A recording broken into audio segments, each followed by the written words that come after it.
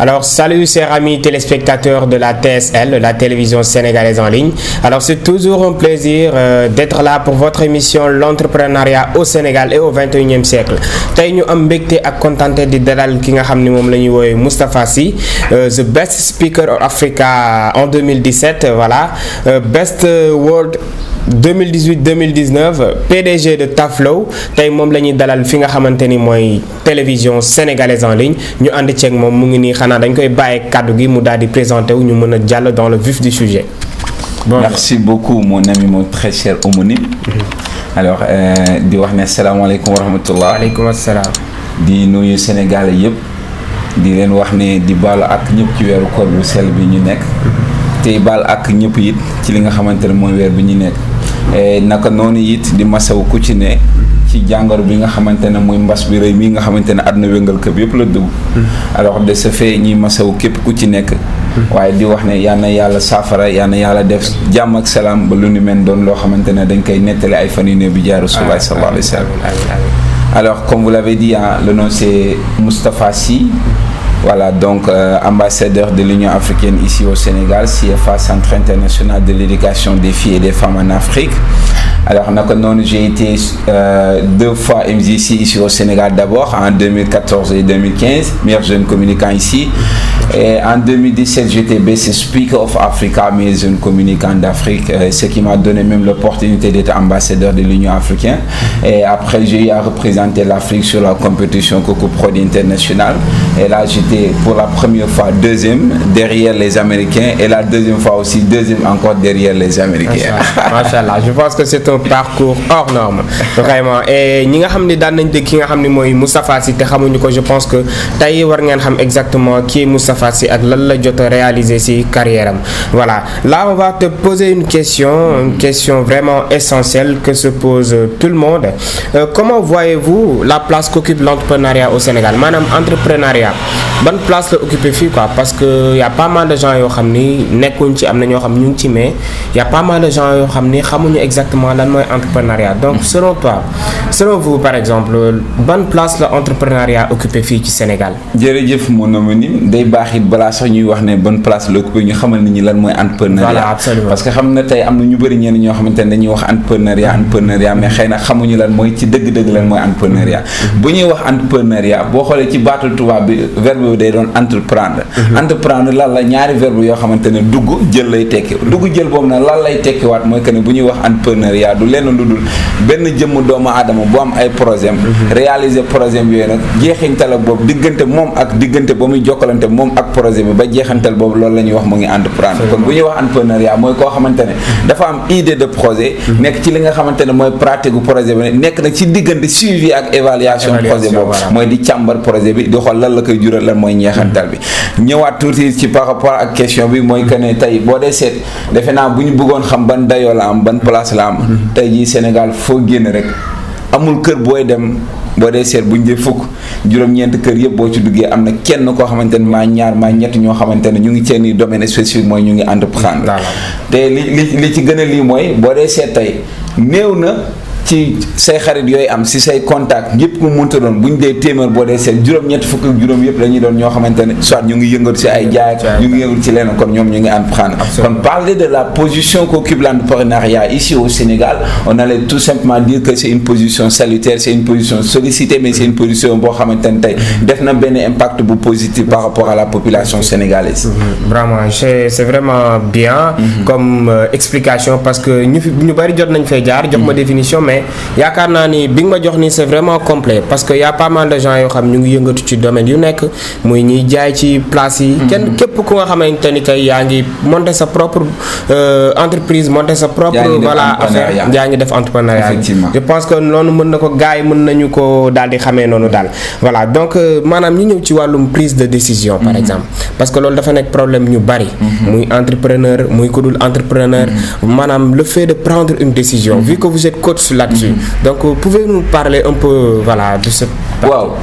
boo déggee ñuy wax prise de décision, que ça soit dans le domaine prise de décision ou dans le domaine développement personnel, prise de décision bu ñu ko wax du leen lu laaj réflexion. maanaam dafa am lenn loo bëgg a càmbar, dafa am lenn loo xamante ne da nga kaa bëgg a taxawal nga ne loolu noonu balaa ma koy taxawal ban jàngat laa ci am waaye ban njeexintal laa si jël. bu ñuy wax décision mooy dafa am njeexintal. te fu njeexintal amee rek mooy am na tàmbale boobu mooy lan moo ko sumb lan moo ko laal lan nga soxla lan la laaj. mais lan la laaj loolu nag lan nga ci tirer comme conclusion. et que tey ñun on le fait mal. Pourquoi? Parce que dafa am doomu aadama yu bëri yoo xamante ne amuñu lu ñuy wax patience. te boo ñàkkee patience rek mooy da ngay rater sa prise de décision ndax da ngay décider à la hâte et que après ngay gis naka de c'était pas une très bonne décision. moo tax day baax si bu fekkee dafa am lenn looy sumb lépp lu munti doon ci àdduna day baax nga jàngar ko. mais boo ko jàngatee ba da nga koy càmbar. loolee ndey ñun ñu ñuy woowee ay coach maanaam bu ñuy wax coach lan lay teg mooy da ngay jël kenn koo xamante ne xam-xamam day màcc ci jëmale ci benn domaine. boo yeggee ci domaine boobu nag balaa nga ciy jël décision bu munta doon tey day baax ma woo Seck tey day baax ma woo Moustapha tey day baax ma woo Diw tey day baax ma woo coach si Diarra léegi ñooñu boo leen woowee lan lay tekk mooy da nga leen woo pour ñoom ñu xamal la orienté la xelal la léegi xelal boobu nag mooy yéen ñaar ànd ngeen jël benn décision bu adéquate parce que day doon la bonne décision. mais sinon lan moo lay dal mooy da ngay jël décision bu raté et c'est quoi une décision ratée? C'est une décision boo xamante ne xëy na boo koy jël si début bi mun na la rassurer. mais au final ngay dem mu jural la ay complications yoo xamante ne après da ngay bëgg a dellu ginnaaw te su boobaa day yées. Vraiment c'est bien parce que qui dit entrepreneuriat dit prendre des risques. mais des risques bien étudiés. parce que balaa ngay jël risques yi tam war nga xalaat boo ko jëlee tey li la ciy fekk ak nan ngay def ba jugaat. te loolu mën naa ne ñi nga xam ne mooy ñooy coach yi comme yéen. ak ku ci mel ni monsieur Seck par exemple ñooñu ñoo la ci mën a jàppale. pour nga mën a jël ay risques mën a jël ay décisions te mën leen assumer. voilà am na solo lool léegi en tant que comment dirais-je en tant que leader et coach en prise de parole en public. tey dañoo gis ñu bari muy ñuy entreprendre muy ñu nekk ci école yi muy ñu nekk ci bopp entreprise yi tey dañuy dem ba réaliser lu bari war a def ay conférence war a jàng war a taxaw devant tout un tas de public wax mais dañuy am problème mu prendre la parole en public ñu bari dañ ko am léegi ñu bëggoon nga wax ñu tuuti rek ci les secrets de la prise de parole en public. effectivement alors defe naa man moom dama am benn définition bu particulière bu samay étudiants xëy na ñu may seetaan xam nañ bu baax de ce que je dis dafa am ñaari mots yoo xamante ne dama bëgg di ko définir chaque jour selon man ni ma koy jàngatee boo xoolee parole bi nga wax ak li nga xamante ne mooy communication parce que parole boo dee seet dafa am par am rôle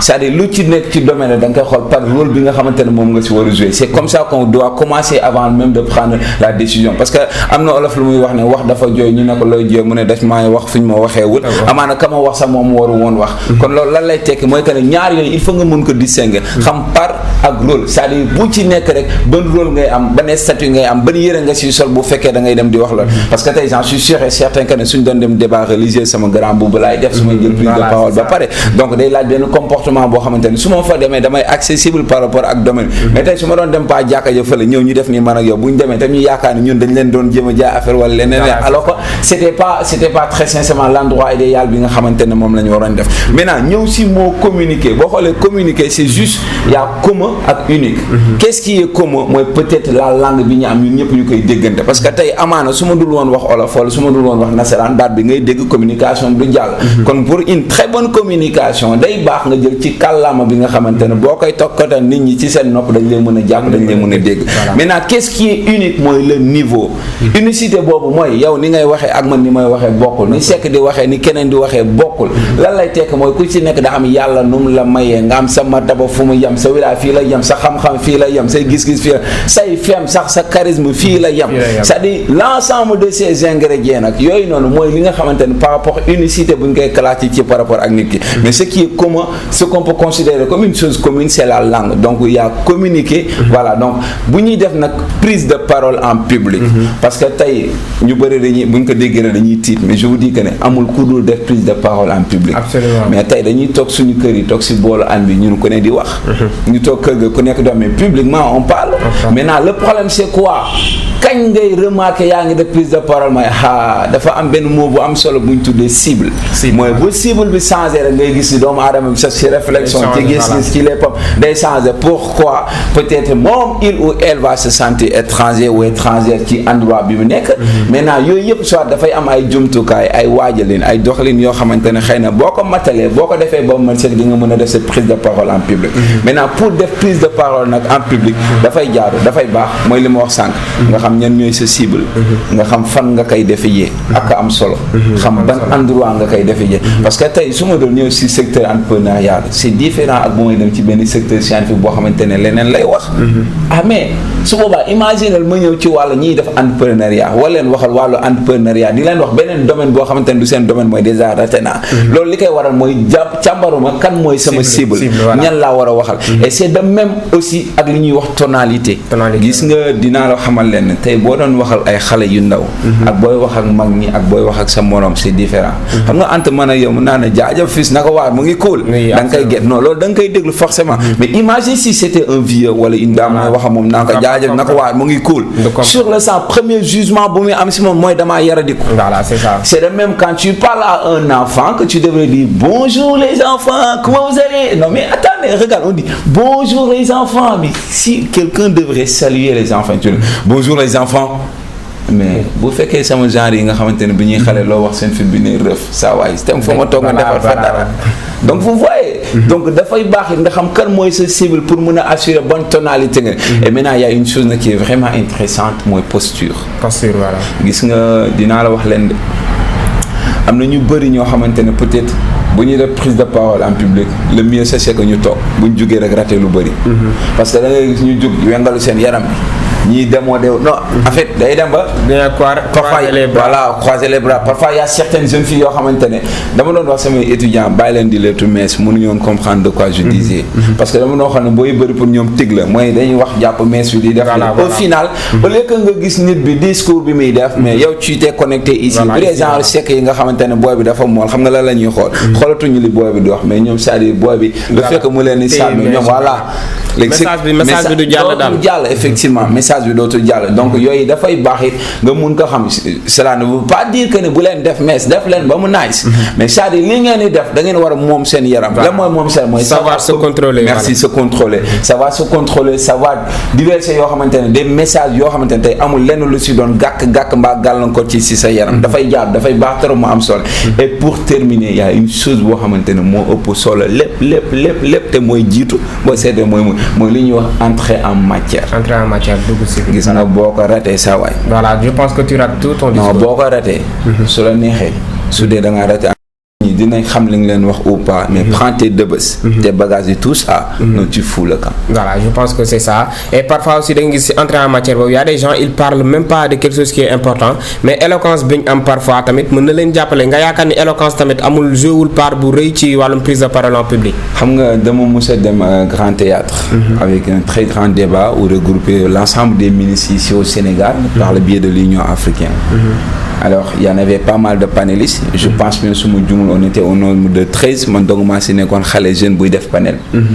voilà donc qu'est-ce qui s'est passé parce qu'on m'avait dit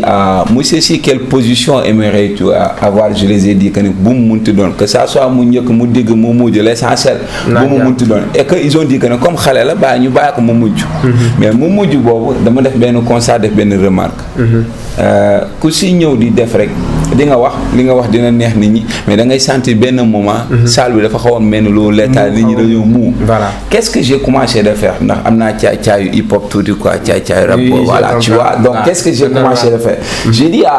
je me rappelle bien j'avais dit à ce que DJ bi moom si boppam mu def son je les ai dit tout le monde qui se lève ñëpp jóg ñu balancer yëngal foofu ba pare et que bi ma demee toog it je les ai dit savez-vous pourquoi mu jóg fecc loolu leen ma ne ko parce que sama papa daf may xasee benn xas takkal soxna te tey fii laa bëgg a am soxna te soxna yi dama xam ne jamono ji léegi pour ñu tàkk ak yow say yente ak yow il faut que nga moo ko pooj mun kele dama doon yëngal sama tànk ñu xam ne mun naa fecc et regarde ñëpp léegi déconnecté nañ si la la ñaam mais ñu ngi am ci waa ji il est comique je suis pas comique mais c'était juste une manière de faire ils sont déjà attachés à toi en fait c'est-à-dire ce public boo bëggee dégg-dëgg da nga koy jël nga dugal ko sa biir poche voilà ce public waratu la moom mais yow yaa leen war a moom yaa leen orienté yaa leen yaay def nii yaay def naa pour que ñoom ñu xam ne kii di wax c'est un professionnel en matière voilà donc dafay baax li nga xamante ne mooy entrée en matière boo ko raté rek saa waay da ngay raté lépp donc en somme daal mën nañu wax ne ginnaaw entrée en matière bu jaar yoon nga def li nga xamante ne moom mooy non brise de grâce comme on l'a dit entrée en matière mais nga xam ni jaadu na sa cible bi nan ngay wax ak ñoom ban communication ngay teg ak ñoom ba ñu mën la dégg parce que les messages c'est pas juste dire les messages on ne lit pas sous forme de lecture il y a certaines personnes quand tu le vois faire le discours da ngay sentir que ni kii comme day def benn lecture rek. mooy dina wax boo jóge fa yow doo xam lu mu. voilà te pourtant li muy wax day am solo parfois. mais message ni mu koy jàllalee maanaam mooy des. moo ko solo lool. xam nga tey su ma toogoon fii buñ la waxee ne dans la communication ce qu'on retient ça ne reste que 10%. donc qu'est-ce que cela veut dire. sur 100 on te dit 10%. les arts yow xalaat boobu lan la war a may mooy boo ko defee waa ji tër rek la dégg. alors que rek mën na dégg sa ta ak sàcc beneen sax kele ba pare dina am tonalité boo xamante ne moo koy permettre mu mën a donc c'est bien, c'est intéressant surtout par rapport à la tonalité et la manière de faire les choses. te yaakaar naa itam pour ñi man des fois daa am ñu may interpeller naan ma nan ngay def parfois pour mën a tenir une parole en public. je leur dis que parfois nekkul jàng kese maanaam tey mën nga dem benn coach mu lay jàngal nan ngay jëlee parole en public mais parfois il faut aussi essayer d'appliquer pour nga appliquer nag li la koy mën a may yaakaar naa mooy nga fréquenter lu mel ni ay club de littérature d'art et de philosophie des clubs d'anglais club scientifique nga xam ne dina am ay jeunes yoo xam ni yéen ay nekk en parfaite harmonie parfois ngeen di def ay panel di dem ci ay concours et cetera. pour dëggal li nga wax man je pense bien que ne tout a commencé au lycée Seydina Limamou Laye lorsque j'étais au club d'anglais en classe de seconde. voilà donc bien vrai que ne bi may nekk xale parce que man à l'âge de 6 ans laa commencé di animer ay rajo télé avec plan international et que j'ai fait la RTS et tout ça. voilà donc bi may nekk Limamou Laye dama am benn jàngat bu am solo bu ma jàngatoon foofu. mooy malgré dama nekkoon leader je savais bien que ne j'étais leader mais dama ñëw fekk ay gars yu wow bopp ay gars yoo xamante ne naka de loo yaakaar ne yow crack nga ñooñu xoolal saa waay wax ma la gën a xam ñooñu tolloo leen fii et regarde loolu mooy li nga wax léegi-léegi muy am solo mooy gis nga nit bi da ngay nangul sa moroomu doomu aadama lu mu la ëppalee parce que man tey am na époque boo xamante ne y a des personnes qui ku leen waxoon non Moustapha Simi mooy nekk meilleur jeune communicant d'Afrique ils vont dire non. et aujourd'hui placé deuxième sur le plan mondial et pourtant fan la commencé mooy tepp mu dafa gën yuréet gis nga nànk mooy jàpp golo si ñaar te loo jàngul doo doon sëriñam même bu fekkee da ngaa bëgg a entreprendre te jéemoo ko jàng ji wala jéemoo ko gëstu ji wala war nañu la kan leen mooy les canaux yi nga xamante ne yan yoon nga war a jaar billah wallahi da nga ciy dugg mais da ngay perte gëstu dafa am solo xam-xam moom mooy fay lépp lu mu munti doon nañuy jàng voilà c'est ça te lu nit xam dañ ko koo jàngal c'est ça yaakaar naa am na solo bu baax te gars yi dinañ ci jëriñu bu baax donc ñu laaj la ba xam par exemple la langue de William Shakespeare par exemple l'anglais. il paraît que dafa am solo lool pour képp kuy entreprendre képp kuy dugg ci business parce que si je me trompe pas les plus grands livres sont écrits en anglais. ce qui veut dire que xam-xam yi la plupart ñu ngi ci livres yi. donc anglais yaakaaroon ni par exemple tey war na tey bépp businessman ou bien bépp entrepreneur mu xaw ci yërnu tuuti pour mën ci am benn notion. boo dee seet en 1884. dafa amoon benn loi bu waxoon ne su ñuy jaay ci marché lépp lu munti na mooy catalogue yi dañ ciy bind juróom-ñaari langue ñu dem ba en 1980 ñu dem en 1989 ñu wax ne dañuy dindi léegi def ko li nga xamante ne mooy ñeenti làkk gis nga bi ñuy demee ba fi nga xamante ne mooy dañuy dugg 96 jàpp 2000 ñu ne noonu naka la ñuy def ba li fi def ci ñetti làkk kese boo dee seet ba léegi si ñetti làkk yooyu dañoo commencé woon ci ay espagnol nga gis maanaam dëkk bi day nangoo traduire si yeneen juróomi làkk pour bu koy jaay ñooñu noonu mun kaa ñëpp nga jekki-jekki ñuy dem ba ngeen gis muy wàññeeku ñun suñu génération boo dee seet ñeenti làkk rek lañ daan gis ñeenti làkk boo jëndee sa papa wala bu jëndee dara boo ubbee affaire bi ñeenti làkk nga li mais regardez la remarque de nos jours ñaata làkk ngeen gis ñaari làkk ngeen gis waaw kay ñaari làkk yooyu boo dee seet bi mu demee woon ñetti làkk dañ doon xool ne arabe la ñuy bàyyi ak anglais pourquoi arabe c'est dû à l'islam dafa nekk partout te ñu gis ne ñu bëri dañoo dégg kàllaama boobu moo tax ñu jël bàyyi ko si pourquoi l'anglais te boo dee seet même islam boo demee bëri na dëkk yu muy am yoo xamante ne buñ lay waar mbaa buñ lay firi dañ la koy firi ci anglais na solo bi mu am alors l'autre chose mooy États-Unis dafa am benn sens bu mu am surtout dans le domaine entrepreneurial ndax tey boo dee seet lépp fa la dooree lépp fa la commencé ñoo jàngal ñu bëri ñoo càmbaloo ñu bëri waaye ñoo influence ñu bëri ba nit ñi mën a entreprendre boo xoolee ginnaaw ñooñu si seen i kii c'est pas pour rien en entrepreneuriat tu entends des mots comme ay freelance des choses yoo xamante ne day dem c'est-à-dire entrepreneurship lañ doon njëkk a wax avant ñuy wax entrepreneuriat dañu commencé jékki-jékki na gars yi di traduire mais gis nga même tey bi français bi di traduire autonomisation rek la jàppee freelance alors que freelance certes c'est de l'autonomisation en entrepreneuriat mais c'est autre chose bu gën a vaste ci li nga xamante ne moom mooy entrepreneuriat qu'est-ce que cela veut dire mooy c'est l'anglais qui domine bu fekkee ne yëf day dominer te mu laaj ne domaine bi gis nga tey boo bëggoon football yi tu aimes jouer le football et tu veux détester le ballon tu ne joueras pas le football absolument si vous jouez le football tu détestes le ballon. tu ne joueras ah mais wala football bi xëy na gumba la. voilà ngay jékki-jékki kaj ji xeeri fii tëllante fi ñu lay nax di la changer. mais non. donc c'est évident c'est normal que képp koo xamante ne da ngay war di entreprendre boo seetloo sox mooy yi si ngay fekk ay business ngay dégg damay jox. damay business mais c'est ça qu'on dit. déjà business rek moo anglais. ah non déggoom dama la wax benn mère la de mais naa ma ne ta businessman la. waaw mais si. parce que dañuy business dañuy job donc terme yooyu yëpp loolu la anglais yi gagné terme yooyu yëpp c'est de l'anglais donc c'est bien parfois que ñun ñu jàng ko ba pare ñu xam ko. dafay am solo lool parce que produit yi léegi yëpp yooyu gis sax presque même produit pharmaceutique yi yëpp la plupart anglais lañ koy bind français parfois arabe anglais arabe presque ce sont les deux langues qui dominent en ce moment. même pays boo dem la plupart du temps langue yooyu noonu boo déggul langue nationale bi anglais lañ lay làkk ou bien ñu làkk la arabe. ah mais c'est normal voilà, parce que le français il faut gars yi rappeler leen am na dëkk yoo xamante ne soo fa demee dégguñu ko ñun avec l'Union africaine on a un très grand problème par rapport suñu demee si yenn dëkk yi nga xam lusophone par exemple ñuy wax portugais ak créole des dégguñu anglais sax moo tane. parfois su ma demee di def samay lii anglais laay utiliser mais tu ne peux pas utiliser beneen làkk bu dul anglais su dul seen làkk yooyu. kon qu'est-ce que cela veut dire anglais rek lañ mën a considérer langue boo xamante ne c'est international. sincèrement. c'est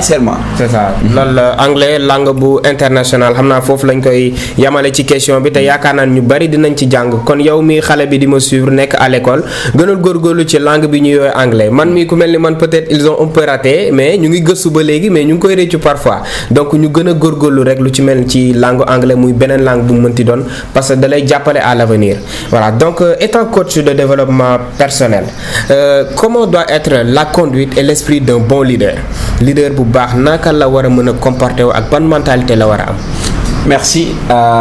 leader bu baax bon donc on va juste essayer de rappeler les gens yan type leader ñu am ba pare parce que day am solo day baax nit ñi ñu xam yan type leader moo y a pas mal je connais 6 même. voilà donc day parfois on parle de leadership boo xamante ne c'est-à-dire moom il est autocratique. Et le leader quand il est autocratique c'est quelqu'un qui te dit faites ce que je vous dis. Voilà qui dirige. Voilà moom da lay jox ordre d'habitude boo xoolee ce sont les managers. ñooñu dans les entreprises soo demee on va appeler manager. Pourquoi autocratique et c'est bien mooy li ma wax ñu bëri c'est bien cela ne veut pas dire que ne c'est pas bien de c'est bien mais dafa am en tant que leader terme ñun bi ñu jël ban leadership la ñu war a am mais leadership autocratique je m'explique pourquoi je dis c'est bien tey boo demoon armée si on ne donne pas des ordres le commandant il commande le colonel il donne des ordres donc foofu bu amuloon doon ngay joxe ordre donc bu autocratique doxuloon foofu mooy du jàll dafay baax non leader bi mu autocratique muy wax hey faites ce que je vous dis. Parfois on parle de leadership paternaliste et le leadership paternaliste wallahi ak a baax et que nit ñi mënuñu comprendre bien vrai que ne d'habitude nag dañ kaa jël ko suñu politiciens yi mooy ay su ngeen ma falee dinaa leen donc si c'est toujours condition le leadership paternaliste il dit si vous travaillez je vais vous aider et regarde muy yow muy man muy keneen ak keneen jaar nañ ko suñu waajur combien de fois papa ou maman ou yaa dire que ne soo amee moins de temps dinaa la wutal temps kon qu'est-ce que cela veut dire boo amul moins de temps du ma la wutal temps donc paternaliste c'est celui qui dit si vous travaillez je vais t'aider donc c'est bien parce que tey kooku li tax mu forcer la mooy dalaa tegal condition mooy soo defee lii rek di nga am lii donc looloo tax ngay rey sa bopp pour nga mën a def lool mais est-ce que ñun en tant que jeune boobu lañ soxla dinaa si ñëw tuddi maintenant il y a ce qu'on appelle aussi le leadership laisser aller gis nga parfois c'est bien mais yal nañ si yàlla musal pourquoi yal nañ si yàlla musal le leadership laisser aller c'est comme par exemple ñun quand on était ici en groupe c'est que mu nekk suñu chef ñun ñu toog fii nii nga nekk di selfie fee kii di selfie fii kii def du n'importe quoi moom mu toog rek jàpp ñaambara def laisser aller quoi du n'importe quoi il est là sans gêne non mais xëy na da nga see jubloon nit ñi nekk à l'aise mais non au contraire tu devais prendre des décisions c'est pas on est que il n'hésite pas à enfreindre les règles donc dafa am ay règles yu ñu teg yu strict yoo xamante ne le jeune leader daf kaa war a respecter donc voilà yooyu daf see bokk alors il y a aussi ce qu'on appelle le leadership j'ai parlé de laisser aller, j'ai parlé de démocratique, autocratique, j'ai parlé de paternaliste, il y a conjugal, il y a collégial autant pour moi, il y a aussi le leadership collaboratif. Effectivement. Celui qui travaille en groupe. Je vais revenir là, c'est lui qu'on va appeler le leadership démocratique. Mais parlons d'abord du leadership collégial. Le leadership collégial, c'est quelqu'un qui dit que nous sommes tous égaux. Dis que nous sommes tous égaux. Il faut moi qui surtout en Afrique, rawatina au Sénégal.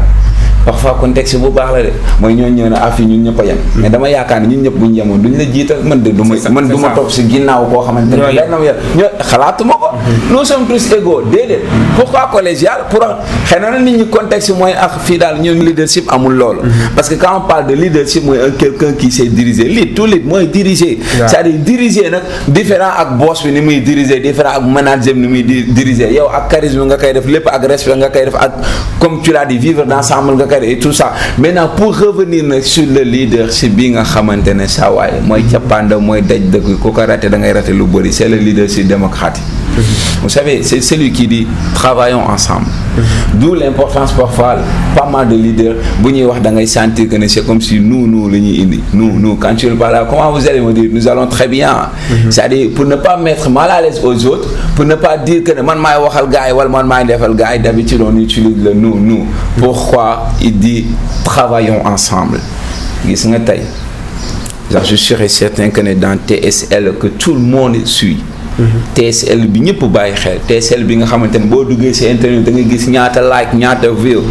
j'en suis sûr et certain que ne si doon leader était venu juste de sekk mu bëgg a yemale ci moom te woowul ñeneen ak ñeneen saa waay du dox voilà donc c'est ça en réalité ce qu'on peut appeler le leader le leader ça doit être quelqu'un boo xamante ne tu dois appeler à tout le monde tu dois appeler à tout le monde à un changement de comportement tu dois appeler à tout le monde à ce que nit ñi ci boppam non seulement ñu yeew mais ñu def dara c'est ça un bon leader gis nga dama mës a seetaan benn vidéo ñuy wane ñuy jàngal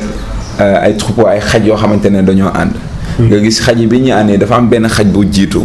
punkal boo bëgg a dee nag macha allah mais war a naan su ki beneen xaj dugalee rek moom comme glace la woon moom moo toj foofu war a naan mais bu ñeneen ñi dugalee seen lii rek da leen a dàq dal seen kaw c'est-à-dire kooku bu ñu doon xool tey dañ koy xoolee comme un manager gis nga un manager boo nekkee si entreprise boo defal na ko sur loolu si day la fou le camp parce que moom boobu objectif la am si mais regarde si parmi ñoom dafa am kenn koo xamante ne moo nekk leader xam nga nu mu def dafa jug dem lu sori toj ak tànkam ba yëfi toj ba mu leen ndox bi génn na mu woo leen ñoom ñu ñëw di naan mu taxaw di leen garder diggante moom ak kële balaa muy ñëw di leen yàq c'est ça un leader c'est-à-dire moom fexee na trouver une solution adéquate pour ñoom ñëpp ñu mën a naan n'empêche que moom dina naan waaye dina leen protéger waale c'est ça un leader doit savoir partager gis nga partager nit ñi ba ña yaa ngi leen fat je te jure l'essentiel partage quelque chose qui est positif partage quelque chose qui est bien partager nit ñi jox leen ba ñu ñela saa waay yaa ngi ñuy fat mais bu fekkee yow kese la yow dong la en fait au final yow kese lay doon mais regarde tëjul si néeg bi yow kese kuy xam loo mën kuy xam loo xam fooy la foo mu mujj fii ngay toog doo xam dara sax non mais fii ngay des gis nga c'est pas pour rien on parle de rendez-vous de donner et de recevoir gis nga ku dul joxe doo jot voilà yàlla sax lim la jox ci alal boo ko dul génnee wallahi lazim doo amaat il faut que ngay mën a génnee li nga am pour que leneen mën a dugg ci yéen gis nga ndeysaan Seydina Muhammad sallallahu alayhi wa sallam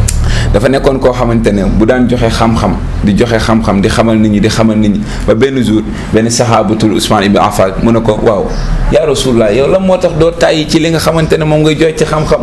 mu ne ko man de yàlla nee na man maay gën di mim def moonte daf maa wutal ku may xamal ndax ku ne xam na ne Seydina Muhammad sallallahu alayhi wa sallam Jibril moo nekkoon ki nga xam moo ko doon ni gis nga qu'est-ce que cela veut dire pourtant Jibril dafa julli ci Seydina Muhammad mooy que ne di nga xamal sax ñu la gën a xam mais l'idéal c'est de partager saa waay ku ci gis nga ndeysaan dañ ñoo firilul lenn boo déggee ñu naan la dinañ wax ne yoma xiyam dinañ la laaj ana nga doon sàmmee sa njaboot et que ñun dañoo yaakaar njaboot mooy koo jur ak papa yaay doon mais ñun les étudiants qu'on encadre suñuy njaboot lañ amee si ñooñu tey dañoo am yaakaar bu njël si ñun loo leen wax ñu wax waaw léegi ki nga xamante ne loo ko wax moo ko waaw kon lu mu defee ci safaan bu dee ci loolu yow yaa koy doo parce que yow yaa ko wax lii mooy li baax d'où l'importance non seulement di def partage en tant que leader mais di def partage boo xamante ne saa waay day doon loo xamante ne lu mucc ay lu nit ñi mën a téye voilà ce sera fructifiant en fait voilà c'est ça c'est vraiment intéressant pour képp ki nga xam ne yaa ngi aspirer à devenir un jour un leader essayer d'avoir l'esprit de travailler en groupe l'esprit de travailler avec pas mal de gens di sottante seeni xam-xam échanger des idées parce que ñaar a mën kenn voilà ñaar ñoo mën kenn donc loolu bu ko ñëpp xamee rek yaakaar naa ni muy ci leadership muy ci entrepreneuriat ak feneen fu mu mënti doon foo dem rek di nga mën a bokk. Voilà léegi comme qu'on est en période de crise par exemple parce que chaque chose a son contexte par exemple ñu ngi ci période de crise tey communication digitale yaakaaroon ni tey la gën a am solo vu que vous êtes coach là-dessus yaakaaroon ni période de crise bi nga xam ne tey transport bi demeetul noonu tout le monde est scotché sur le net par exemple yaakaaroon communication digitale bi tey war na gën a mën a am solo. defe naa boo dee seet même buñ jugul ci li nga xamante ne mooy mbas mi sax on parle même pas de la pandémie xëy na amoon nañu ay époque ci ginnaaw Sénégal fukki at rek ci ginnaaw boo leen doon xool ñenn ñi soon am sax ay yenn WhatsApp yeeg yooyu noonu dañ leen doon compter wala ñenn ñi mooy buñ la gisee ngay wax WhatsApp ma dañuy jàpp ne dof nga parce que dañuy gis waa ji di dox di def ni yaakaar ni téléphone bi moo ñàkk écouler tout ça parce que boobu ils n'avaient pas compris l'essentiel c'est-à-dire le pourquoi nit ñi doon def lu ni mel et regarde de nos jours man ak yow on a fixé notre émission j'étais chez moi dans le contexte resté chez vous n'est-ce pas mais ñaata yoon la ñuy wax man ak yow ñaata yoon ngay wax ak say am di jàmm say mbokk say keneen et tu restes chez toi d'où l'importance par exemple dans l'entrepreneuriat gis nga rien ne change l'entrepreneuriat moom mooy la chose bi nga xamante ne moo gën a fidèle ci àdduna mooy lu mu ñëw rek contexte boobu la lay fekk gis nga boo gisee seetlu jaaykat yi lu ñuy jaay dafay xew bu xewatul duñ ko jaay maanaam contexte moo gën a fidèle boo déggee ñuy wax entrepreneuriat mooy chose bi gën a fidèle ci àdduna c'est pas pour rien le prophète sallallahu alayhi wa sallam mu entreprendre c'est pas pour rien c'est pas pour rien Rasulullah mu def commerce si benn domaine entrepreneuriat non c'était pas pour rien li tax mu entreprendre c'est-à-dire foofu jàngat la boo doomu aadama yi war a mun a xam lan mooy solo li et regarde tey je reste moi man maa ngi jaay sama yëf non malgré le Covid et tout ça je reste moi mais je vends mes trucs je fais mes commandes je fais tout lu xoolal lu waay commandé sama yoon ak si je prends ça je le fais et je le fais d'une manière très non xam nga gis nga buñ tollee si ab mbas mu ni mel ma xew-xew mu ni mel il faut savoir comment diagnostiquer les choses xam nga tey tout le monde sait bel et bien qu'on nous a dit restez chez vous mais c'est normal qu'on doit rester chez nous pourquoi man ak yow ñu génn def suñu émission c'est juste pour xëy na xamal ñenn ñoo xamante ne ñu ngi toog seen kër ñu bañee toog de trop parce que psychologiquement développement personnel c'est interdit que ni doomu aadama bi muy toog déconnecté wu ci vie bi gis na déconnecté à la vie mooy yow da ngay déconnecté wu sax sa bopp te nit bu teewlootul boppam rek mooy mook bàyyi may wala mala yi ñoom ñooy yem et regarde boo seetloo tey situation actuelle bi ñu nekk pandémie ñëw na am na xëy na li nga njëkk a xalaat mooy génnatuma dem ay affaires yi temps ay déplacement yi temps et pourtant am na keneen koo xamante ne gis nga réduction déplacement bi ci entrepreneuriat muusaayam daf ko def benn genre plus pourquoi mu def ko plus mooy ñaata transport la doon def parce que xamoon na ne boobu psychologiquement mooy génn dafa war kon day génn di passe mais fii xam na ne génn waratu ko kon day des ci këram di liggéey li yor mooy que ne ñaata transport réduit nga am ci wàllu sa xaalis yu mën a jëndaat marchandise mooy benn da lay dimbali it mooy ni nga doon yàkkamtee commande yi di yóbbu mën nga wax ni temps semaine bii nii ngay livrer ses commandes supposons bu fekkee du lundi au mercredi ngay livrer ses commandes kon donc cela veut dire jeudi vendredi samedi et dimanche tu es en train de collecter l'ensemble des commandes et tu le programmes nga wax ne lundi ñii laa yóbbul mardi ñii laa yóbbul mercredi alors que bu dul woon pandémie bi nga xamante ne tambambalu nu mu la neex nga koy defee saa waay lan lay tekki mooy Samba Ndiaye maa ngi ñëw Rokhaya Diop maa ngi ñëw Oumou Khayra Diar maa ngi ñëw Amina maa ngi ñëw Ndella maa ngi ñëw Malick maa ngi ñëw en fait da ngay dégg période rek sur le sang tu parles là-bas. Voilà, c'est ça. si saa si da ngay dem. et regarde bu fekkee tey da ngaa gis benn xaar boo xamante ne daf koy leer yàlla ne ah man de pandémie am na damay doog stratégie gis nga lépp lu am ci àdduna il faut qu'on soit stratège. nit ñi stratégie la ñuy demalante stratégie mooy muccal doomu aadama yi mais bu fekkee li ngay def laloo ko ci stratégie mooy lu xam-xam lalul saa waay xam-xam lay doon te lu xam-xam kenn du ko jëriñoo. waaw c'est ça absolument. qu'est-ce que cela veut dire mooy par exemple tey dañoo nekk ci mbas mi déplacement yombatul certes mais je me dis non du ma déplacé wu certes wala su may déplacé wu xëy na benn yoon wala ñaar yoon ci semaine bi la. ki nga gis nga honnêteté ak a baax non ça c'est quelque chose un message que je dis à tous les entrepreneurs gis nga ku yàqule honnêteté moo la yàqal parce que bu fekkee amul ci malhonnête baaxul ni da ngay honnête ak moom surtout wàllu jënd ak jaay wala demalante wala jokkalante waxal nit ki li nga mën xam nga li nga mën mooy lan saa waay ak wax bu rafet gis nga charisme c'est pas pour rien tu as choisi la prise de parole en public surtout mais man je parle juste que ne lan mooy communication bi war par rapport ak say clients gis nga le client il sera par A ou B le chef. Le patron. Il faut nit ñi ñu xam loolu. Et que de nos jours nag li tax marché yi yàqu mooy man des fois ndeysaan nit ñëw ne ma coach man xoolal waa ji may libéré lu ma joxale wat bu la dégloo vocal bi yow da ngay tiit sax parce que tu te dis que ne kii ban yëg boppam la war a yëg. ba ki koy indil xaalis muy wax moom si ton bi. parce que des fois nga gis ay harcèlement yoo xam ay man daal apprendre la ou à laisser parce que da ngaa commencé gis sa bopp. da nga commencé am dara. gis nga dinaa lañ jox benn technique yéen ñiy jaay ñëpp. gis nga client bu lay fay tey 1000 francs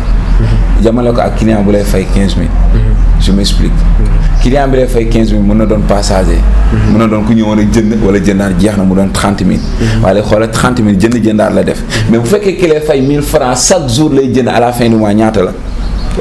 kii jënd à la fin du mois 30000 est-ce que tolloo wuñ non te moom moo gën a dundal parce que moom chaque jour may na la loo jaay kële même bu dee jox na la ko benn yoon mais kële chaque jour may na la loo jaay. ci loolu am na solo xam naa dañuy jàll ci dernier point bi ñu jaaraale fa tëj parce que ñu ngi may signaler ni temps bi li ci des bareetul. voilà ban message ngay lancer jeunesse porteur de projet yi.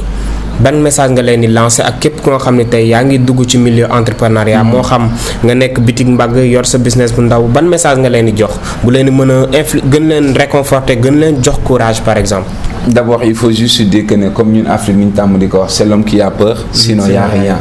xam nga booy def dara ci calcul booy def dara ci dina am wala du am amaana sax mu bañ a am moo gën a yomb que mu am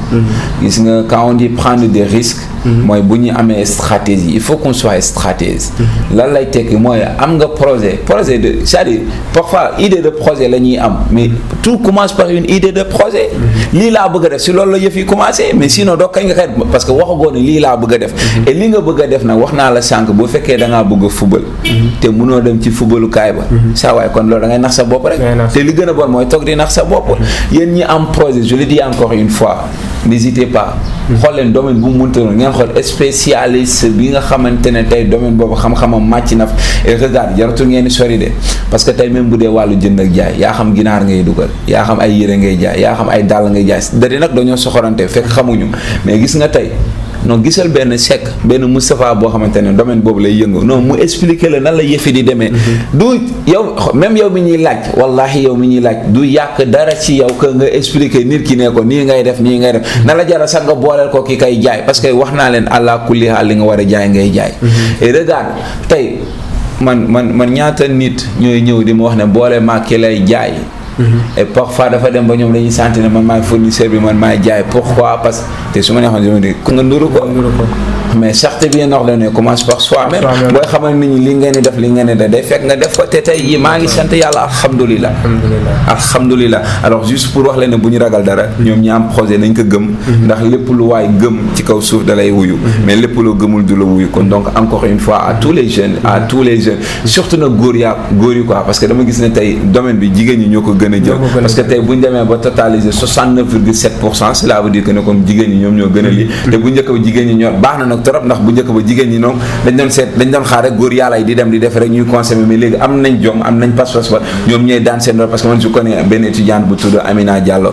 si je vous dis que ne chocolat la commencé woon di jaay bi muy def élève élémentaire yi demee noonu chocolat mooy chocolat te tey ji macha allah grossiste la tey am na ñu bëri ñoo xamante ne moom mooy liggéey elle fait partie de mes étudiantes donc voilà et pas mal de jeunes yoo xamante ne tey suñ la waxee fan lañ commencé woon parce que lépp looy def di ci xaddi doo dem te seetlu Sénégal rek laa koy wax gis nga je vous le dis encore une fois fii lu waay di def du ñàkk ñett ñi